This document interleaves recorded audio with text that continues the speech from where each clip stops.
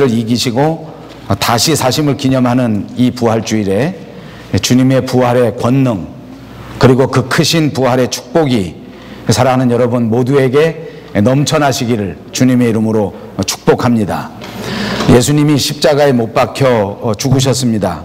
그래서 사람들은 예수님을 돌 무덤에 깊이 모셨습니다. 그런데 이제 장사한 지 사흘 만에 그 장사 지냈던 돌 무덤을 다 헤쳐버리시고 그리고 다시 살아나셨습니다. 이것은 한마디로 기적입니다. 그리고 이 기적을 안타깝게도 우리는 말로는 도저히 설명할 수가 없습니다. 그럼에도 불구하고 이 기적은 역사적인 사실입니다. 그래서 우리 기독교를 부활의 종교라 그렇게 말합니다. 부활절은 이 세상의 모든 어두움을 헤치고 부활의 그 크신 권능이 나타난 그 기념일을 가리켜 부활절이라 그렇게 말하는 것입니다. 그래서 하나님께서는 다시 살아나셨기 때문에 살아계시고 그리고 오늘도 우주와 역사를 다스리고 계시다고 하는 사실을 확실하게 우리 가운데 보여주신 날인 줄로 믿습니다. 그리고 예수 그리스도야말로 살아계신 하나님의 아들이시요 그리고 예수 그리스도를 통하여 우리가 영원한 생명을 얻을 수 있다 하는 것을 이 세상에 확실하게 확증하신 것입니다.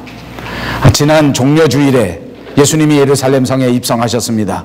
여러분 모두가 기억하시는 것처럼 그때에는 많은 사람들이 예수님 앞에 나와서 환영하면서 호산나 호산나 종려나무 가지를 꺾어들고 주님을 찬양했습니다. 그런데 며칠이 되지 못해서 그만 예수를 적대하는 바리새파 사람들 그리고 사두개파 사람들 그리고 모든 종교 지도자들 그리고 반역자 가룟 유다까지 다 합력해서 그래서 예수님을 붙들어 체포하게 되었습니다. 그리고 예루살렘 공회가 그들을 고소하고 그들은 불의한 재판을 시작했습니다. 유대인의 지도자들은 한편으로 또 로마의 총독이었던 빌라도에게까지 정치적인 압력을 넣었습니다. 그리고 다른 한편으로는 또 군중들에게 여론을 조작해서 예수님을 십자가에 못 박으라, 예수님을 십자가에 못 박으라 이렇게 소리를 지르도록 만들었습니다. 이렇게 해서 결국 예수님은 십자가를 등에 지고 골고다 언덕을 향하여 가시게 되었습니다. 이때 예수님을 고소하고 예수님을 붙잡았던 원수들은 얼마나 기뻐했는지 모릅니다. 이제야 우리가 목적을 달성했다. 이제야 우리가 두 다리를 쭉 뻗고 잘 수 있다. 이렇게 생각한 것입니다. 그리고 예수님을 십자가에 못 박을 그때 그들 모두가 다 같이 환호하면서 기뻐하면서 못 박히시는 예수님의 모습을 바라보고 그를 조롱하고 또 예수님을 희롱했었습니다. 그래서 예수님에게 말하기를 내가 만일 하나님의 아들이라면 그 십자가에서 내려와서 그래서 우리에게 당신이 하나님의 아들인 것을 분명하게 보여주라. 그렇게 한다면 우리가 너를 믿겠다. 이렇게 조롱한 것입니다.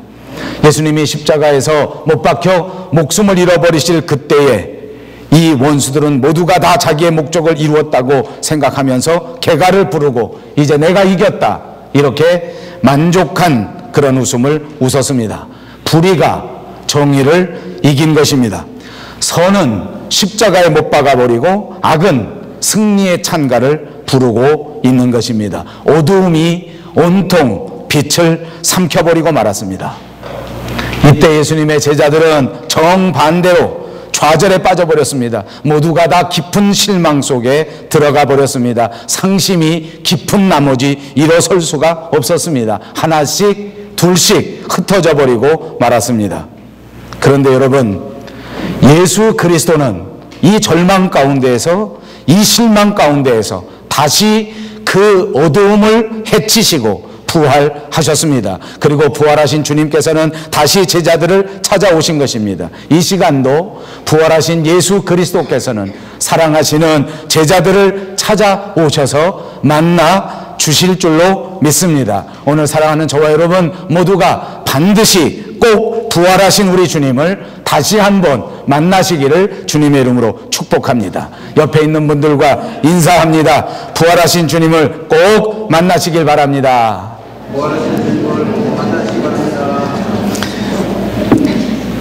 본문에는 부활하신 주님이 만나신 사람들이 등장합니다. 예수님께서 찾아와 주신 것입니다. 예수님이 십자가에 달리시기 전에는 예수님이 사람들을 찾아왔다기보다는 사람들이 줄을 서서 예수님을 찾아왔었습니다. 조금 쉬시려고 해도 도저히 쉴 틈이 없을 만큼 그렇게 많은 사람들이 예수님에게 찾아왔더랬습니다. 그런데 이제 부활을 하시고 난 다음에 예수님께서는 이제 반대로 사람들을 찾아 나서신 것입니다. 제자들을 찾아서 만나 주십니다. 어려운 사람들을 찾아서 만나 주십니다. 그동안 예수님 때문에 실망하고 예수님 때문에 좌절해서 일어나지 못하는 불쌍한 사람들을 찾아와서 만나 주셨습니다.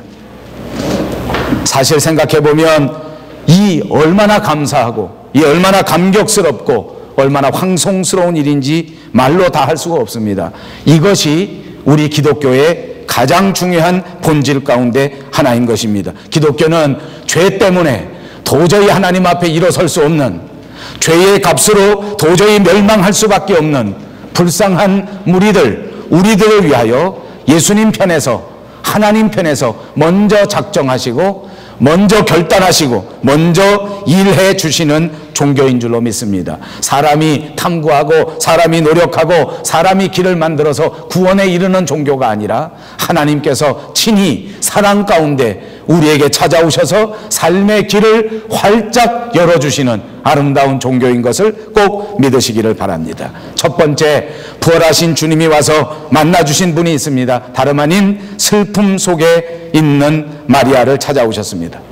막달라 마리아는 7 귀신이 들렸던 여자입니다. 세상 사람들에게 멸시를 받고 세상 사람들에게 냉대를 받는 대상 그 자체였습니다. 그랬던 여인이 예수님 때문에 고침을 받고 예수님 때문에 완전히 변하여 새 사람이 되었습니다. 그리고 이제는 독실한 신앙인이 된 것입니다. 예수님을 믿고 예수님과 더불어 살아가고 예수님 없이는 세상에 살 수 없는 그런 여자가 되었습니다. 마리아에게 있어서는 모든 소망이 예수님입니다. 이 막달라 마리아에게 있어서는 인생 자체, 생명 자체가 예수님입니다. 예수님이 없다면 그는 진정한 인생을 체험할 수 없었기 때문입니다. 그래서 그는 일생의 가장 중요한 사람으로 예수님을 생각하고 있었습니다. 그랬던 예수님께서 십자가에 달리시고 참혹하게 세상을 떠나시게 된 것입니다.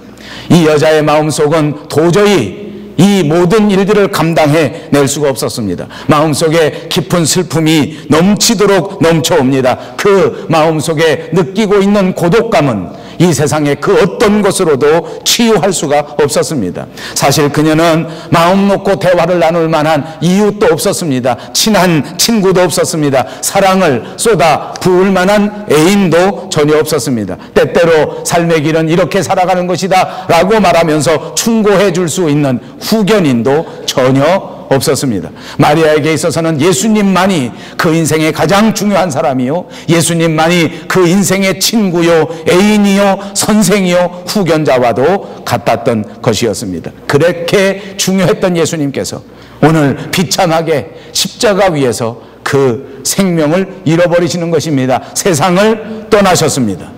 마리아는 울고 또 울었습니다. 한없이 울었습니다. 예수님이 빌라도의 궁정에서 심판받으실 그때부터 예수님을 따라다니지 않았습니까? 본래부터 연약했던 육체를 가졌던 예수님의 몸이 십자가를 지고 걸어가실 그때에 가시다가 쓰러지고 가시다가 넘어지고 가시다가 고꾸러지실 그때에 그 십자가 위에서 모진 고문을 당하실 그때, 십자가에 못 박혀 운명하실 그때 마리아는 그 곁에 서서 밤을 새워가며 눈물을 흘렸습니다. 사흘째 되던 날에 예수님의 시신에 향유라도 발라드리고 싶어서 예수님이 장사 지내진 그 무덤을 찾아갔더랬습니다. 그런데 그 돌 무덤이 활짝 열려있는 것 아닙니까? 그리고 그 정성 가운데 찾아갔던 예수님의 시신도 찾아볼 수가 없었습니다. 마리아는 더더욱 정신을 잃어버렸습니다. 더더욱 낙심하게 되었습니다. 정신없이 서서 그저 하염없이 눈물을 흘리고 울고만 서 있었습니다.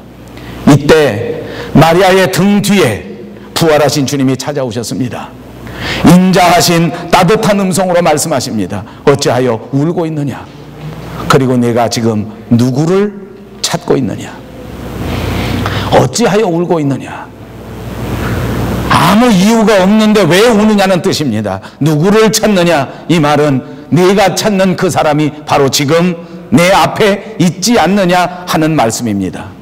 사랑하는 여러분, 세상에 살면서 가장 큰 슬픔은 어떤 것이겠습니까? 아마도 가장 가까운 사람의 죽음일 것입니다. 이 세상에 살아가면서 여러 가지 어려운 일이 있고 여러 가지 슬픈 일이 있을 수 있지만, 그러나 가까운 사람의 죽음이야말로 우리가 참으로 견딜 수 없는 큰 슬픔이요 큰 아픔이란 말입니다. 그런데 이 죽음이라고 하는 사실이 이토록 괴롭고 이토록 슬프고 이토록 아픈 것은 이 사람이 죽음을 통하여 내 곁을 떠나고 난 다음에 내게 찾아오는 그 상실감, 그리고 내게 찾아오는 해결할 수 없는 그 엄청난 고독 때문입니다. 사랑하는 사람이 죽음의 세계로 건너가 버렸을 그때에, 다시는 만날 수 없는 그 세계로 떠나버렸을 그때에 가슴을 치고 땅을 치면서 슬피 우는 것은 이때부터 내 마음을 위로해 줄 그 어떤 것도, 내 마음에 상실되어진 그것을 채워줄 그 어떤 것도 찾아낼 수 없는 그야말로 좌절, 그야말로 고독이라고 하는 것 때문에 그렇게 슬퍼하는 것입니다. 사랑하는 여러분, 오늘 이 고독감 때문에 깊이 슬퍼하는 마리아에게 부활하신 주님은 찾아오셨습니다. 주님의 음성을 들었습니다. 그 음성을 듣고 뒤로 돌아서서 주님을 만난 그 마리아, 이제 그 마리아에게는 더 이상 고독도 슬픔도 아픔도 그 마음을 잡지 못했습니다. 모든 아픔이 안개처럼 사라져버립니다. 모든 고독도 안개처럼 사라져버리고 말았습니다. 사랑하는 여러분, 현대를 살아가는 우리들 가운데 많은 사람들은 오늘도 외로워하고 오늘도 고독해합니다. 우리가 혼자이기 때문에 우리는 쓸쓸합니다. 우리는 외롭습니다. 우리가 아픕니다. 우리가 세상에 살아갈 때 누구든지 병 때문에 고통을 당할 때가 있습니다. 질병이 찾아올 그때에 나 혼자서 이 질병에 맞닥뜨렸기 때문에 나는 더더욱 외로움을 느끼는 것입니다. 질병 때문에도 아프지만, 그러나 이 질병이 가져다주는 고독은 우리를 더 아프게 하고 더 슬프게 하는 것입니다. 어려운 일을 당할 때마다 우리가 이토록 더 슬퍼지는 것은 내가 세상에서 혼자이기 때문입니다. 여러분, 부활하신 주님이 오늘 슬픔 속에, 고독 속에 혼자 몸부림치면서 울고 있는 마리아에게 찾아오셨던 것처럼 이 외로운 고독의 세상을 살아가는 저와 여러분에게 찾아오셔서 어찌하여 울고 있느냐, 네가 누구를 찾느냐 말씀하시고 있는 것입니다. 여러분, 지금 이 자리에서 돌아서시기만 하면 부활하셔서 우리를 찾아오신 예수님을 만나게 될 줄로 믿습니다. 빨리 돌아서셔서 예수님을 만나시고 기쁘고 행복하게 살아가시기를 주님의 이름으로 축복합니다. 두 번째, 부활하신 주님이 누구를 찾아오셨습니까? 두려워 떨고 있는 제자들을 찾아오셨습니다. 19절 말씀해 보니까 제자들은 주님의 십자가 그 사건이 있은 후에 두려움 때문에, 무서움 때문에 견딜 수 없어서 다 흩어지고 도망갔습니다. 그리고 자기 집에 꽁꽁 숨어서 집안에 있는 모든 문을 모두 잠궈 버리고 그리고 숨어버렸습니다. 예수님을 십자가에 못 박았으니 그 다음에는 분명히 나를 찾아내서 내 차례가 될 것 아닌가, 나도 십자가 위에 예수님처럼 그렇게 비참하게 죽어가게 될 것이 아닌가 하는 두려움이 다가오게 된 것입니다. 사실 숨어버린 정도가 아닙니다. 모든 제자들이 꽁무니를 빼고 다 도망가고 말았습니다. 한마디로 모두가 다 겁쟁이들 그 자체였습니다. 그렇지만 여러분, 생각해 보십시오. 이 제자들이 이렇게 두려워할 수밖에 없는 이유가 분명히 있었습니다. 왜 무서워합니까? 그때 당시에 그들에게 두려움을 주는 것은 로마의 가장 큰 정치적 권력이었던 빌라도라고 하는 사람의 권력입니다. 빌라도는 총독입니다. 모든 것을 자기 마음대로 좌지우지할 수 있는 권력입니다. 그런 권력자에게 미움을 받고 그런 권력자에게 이렇게 어려움을 당하게 되었으니 사람들이 모두가 다 무서워서 벌벌 떨 수밖에 없습니다. 그렇습니다. 그런가 하면 이제 이 예수님의 제자들은 바로 유대인들의 종교 지도자들, 그리고 유대교를 열심히 믿는 유대교 신봉자들 때문에 두려워할 수밖에 없었습니다. 이들도 민족의 지도자들입니다. 이들에게도 강한 권력이 있습니다. 강한 권력자들입니다. 이들 때문에 두려워할 수밖에 없는 제자들은 다 숨어서 문을 꽁꽁 걸어 잠그고 벌벌 떨고 있었습니다. 이렇게 두려워 떨고 있는 제자들에게 부활하신 주님이 찾아오신 것입니다. 그리고 말씀하십니다. 너희에게 평안이 있으라.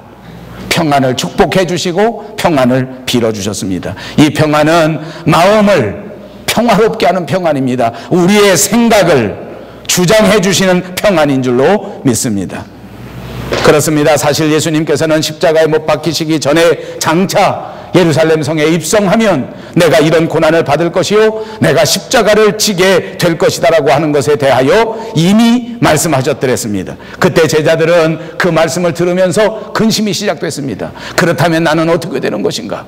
예수님이 십자가를 지고 예수님이 매를 맞고 예수님이 붙잡히고 예수님이 감옥에 간다면 그러면 예수님을 3년 동안 열심히 쫓아다녔던 나는 과연 어떻게 되는 것인가 하는 근심이 시작된 것 아닙니까? 그렇게 근심에 벌벌 떠는 제자들에게 예수님이 말씀하셨습니다. 너희는 마음에 근심하지 말라. 하나님을 믿으니 또 나를 믿으라. 두려워하고 근심하는 제자들에게 믿음을 가져야 할 것을 말씀하신 것입니다. 믿음이 우리를 평안케 하기 때문입니다. 사랑하는 여러분, 세상을 살아가면서 두렵고 무섭고 어렵습니까? 때로는 세상에서 고독감을 느끼고 때로는 세상에서 슬픈 마음을 가지고 있습니까? 하나님을 믿으니 또 예수 그리스도를 믿으시기를 주님의 이름으로 축복합니다. 주님이 여러분의 마음속에 믿음으로 충만해질 때 여러분의 불안도 여러분의 외로움도 여러분의 슬픔도 깨끗이 사라지고 주님이 주시는 샘솟는 평안이 여러분을 사로잡게 되리라고 믿습니다. 부활하신 주님은 제자들을 찾아오셔서 평안을 빌어주시고 그리고 또다시 축복하시기를 성령을 받으라 말씀해 주셨습니다. 부활하신 주님은 우리에게 찾아오셔서 오늘 우리를 성령 충만하게 해주신다는 것입니다. 성령 충만함을 받을 때 우리는 세상을 두려워하지 아니하고 새로운 용기를 갖고 새로운 능력 가운데 세상에서 승리하게 되는 것을 믿으시기 바랍니다. 이 부활절에 사랑하는 여러분 모두가 예수님이 부어주시는 성령의 충만함을 받아 이 세상에 승리하는 참다운 평안과 참다운 용기가 넘쳐나시기를 다시 한번 주님의 이름으로 축복합니다. 세 번째, 부활하신 주님이 누구를 찾아오셨습니까? 의심에 잠겨있는 도마를 찾아오셨습니다. 예수님의 제자 중에 10사람의 제자들은 다 부활하신 예수님을 만났습니다. 그래서 그 마음속에 두려움도 사라지고 그 마음속에 무서워하는 것도 사라지고 정말 예수님이 주시는 평안을 누리게 되었습니다. 그리고 예수님께서 약속하신 또 다른 성령의 충만함을 받고 다시 한번 감격하면서 다시 한번 감사하면서 이렇게 신앙의 삶을 살아갈 수 있게 된 것입니다. 이 제자들은 다시 기쁨이 생겼습니다. 이 제자들은 다시 행복감을 느낄 수 있었습니다. 그래서 서로 만나서 서로 위로합니다. 우리 주님 다시 살아나셨다. 우리 주님 다시 사셨다. 새 생명이 되신 예수님이 우리 가운데 다시 오셨다. 그러므로 우리는 세상을 두려워할 필요가 없다. 그러므로 우리는 세상에서 낙심할 필요가 없다. 이제 주님이 승리하셨으므로 우리도 주님을 따라서 승리할 수 있다. 얼마나 신났는지 모릅니다. 얼마나 행복했는지 모릅니다. 그런데 안타깝게 제자들 가운데 도마는 그 자리에 없었습니다. 그래서 다른 제자들이, 다른 친구들이 부활하신 주님을 만나 뵀다고, 부활하신 주님을 다시 만나 나는 이렇게 다시 큰 행복을 느꼈다고, 다시 큰 용기를 얻었다고 이렇게 감격하면서 말하는데 도마는 그 소리를 듣고도 도저히 믿을 수가 없습니다. 그래서 우리는 도마를 가리켜서 흔히 의심 많은 도마라는 별명을 붙였습니다. 믿지 못한 것입니다. 그러나 여러분, 이 사건에 있어서도 똑같이 이유가 있습니다. 도마는 믿지 못할 만한 이유가 분명히 있지 않습니까? 사람이 죽었다가 다시 살아났다는 이야기는 일찍이 도무지 들어보지도 만나보지도 못한 일이기 때문입니다. 죽더라도 내가 다시 살아났으면 좋겠다 하는 기대, 하는 희망, 이런 것은 있을 수 있는 것이 사실이지만 그러나 죽었다가 다시 살아났다, 이건 도무지 있을 수 있는 일이 아닙니다. 아무리 가까운 친구들이고 아무리 내가 같이 사역을 했던 예수님의 제자들의 말이라고 하지만 이건 너무 이치에 맞지 않기 때문에 너무 상식에 맞지 않기 때문에 이 말을 믿을 수가 없다고 말이에요. 그래서 다른 제자들이 다 같이 입을 모아서 말을 하고 다른 제자들이 다 같이 막 기쁨 가운데 이런 말을 할지라도 자기는 도저히 믿을 수가 없어요. 이제 이 내 친구들이, 내 제자들이 예수님 십자가에서 돌아가시고 난 다음에 안타깝지만 이들이 다 미친 것 아닌가, 돌아버린 것 아닌가, 나는 믿을 수가 없다. 정사실이라고 하면 확실한 증거를 보여달라, 실증을 구해달라. 그런데 8일이 지난 후에 부활하신 주님께서 정말 도마를 찾아오셨습니다. 그리고 전에 제자들에게 말씀하신 것 같이 도마에게 평안을 빌어주셨습니다. 이 평안은 의심하는 마음에 주는 평안입니다. 더 이상 의심하지 말고, 더 이상 못 믿지 말고 평안을 얻어 믿음에 굳게 서는 제자가 되라고 주시는 평안인 줄로 믿습니다. 의심하는 사람에게는 평안이 없습니다. 믿지 못하는 사람에게는 평안이 자리 잡을 수가 없습니다. 그렇기 때문에 우리는 오늘을 살아가는 이 시대가 의심의 시대요, 회의의 시대라고 말합니다. 사람을 믿을 수가 없습니다. 다른 사람을 믿을 수가 없습니다. 교회도 믿을 수 없는 시대가 되어버렸습니다. 자기 자신도 믿을 수 없는 세상이 됐습니다. 서로가 의심합니다. 한 집안에서 살아가는 남편과 아내가 서로 의심하는 것입니다. 부모와 자식도 믿지 못합니다. 서로 의심합니다. 이 시대가 의심의 시대요, 의심의 시대이기 때문에 오늘날 이 시대는 평안을 찾아볼 수 없는 그야말로 불안의 시대가 되고만 것입니다. 내가 너를 믿지 못하고 내가 나를 믿지 못하는데 어떻게 평안이 있겠습니까? 불안의 시대입니다. 도마는 부활하신 주님을 배웠습니다. 다시 부활하신 주님을 통하여 확실한 증거를 받고 그는 고백하기를 진실로 나의 주시요 진실로 나의 하나님이십니다. 예수님이야말로 나의 주님이시요 예수님이야말로 나의 구세주 하나님입니다 라고 고백할 수 있게 되었습니다. 사랑하는 여러분, 오늘 이 순간 저와 여러분 모두가 모든 의심을 버리고 예수 그리스도를 향한 확신을 가지시는 여러분 모두가 되시기를 주님의 이름으로 축복합니다. 마지막 부활하신 주님이 누구를 찾아오셨습니까? 실패를 거듭하던 제자들을 찾아오셨습니다. 예수님이 십자가에 돌아가신 후에 제자들의 실망이라고 하는 것은 말로 표현할 수 있는 것이 아니었습니다. 모두가 실망합니다. 예수님의 수제자라고 불리웠던 베드로마저 실망 속에 깊이 빠져서 아무래도 헤어날 수가 없었습니다. 도저히 더 이상 사명을 감당할 수가 없었습니다. 도저히 더 이상 믿음의 삶을 계속할 수가 없었습니다. 그래서 그는 말합니다. 나는 다시 돌아가서 고기나 잡아야 되겠다. 나는 여기서 더 이상 견딜 수가 없다. 나는 뒤로 돌아가겠다라고 말했습니다. 다른 사람들도 베드로의 말을 듣고 동조하기 시작합니다. 그래서 똑같이 자기 고향으로 돌아가 고기 잡는 업으로 돌아가게 된 것입니다. 오랜만에 고기를 잡습니다. 오랜만에 바다에 나갔습니다. 고기 그물을 던졌습니다. 그런데 이상하게도 고기가 전혀 잡히지 않는 것입니다. 밤새도록 날이 셀 때까지 고기를 잡았는데 동이 트는 순간까지 고기가 잡히지가 않는 것입니다. 실패를 거듭합니다. 도저히 아무것도 되지 않고 있는 제자들을 예수님께서 다시 찾아오셨습니다. 그 바닷가에 오셨습니다.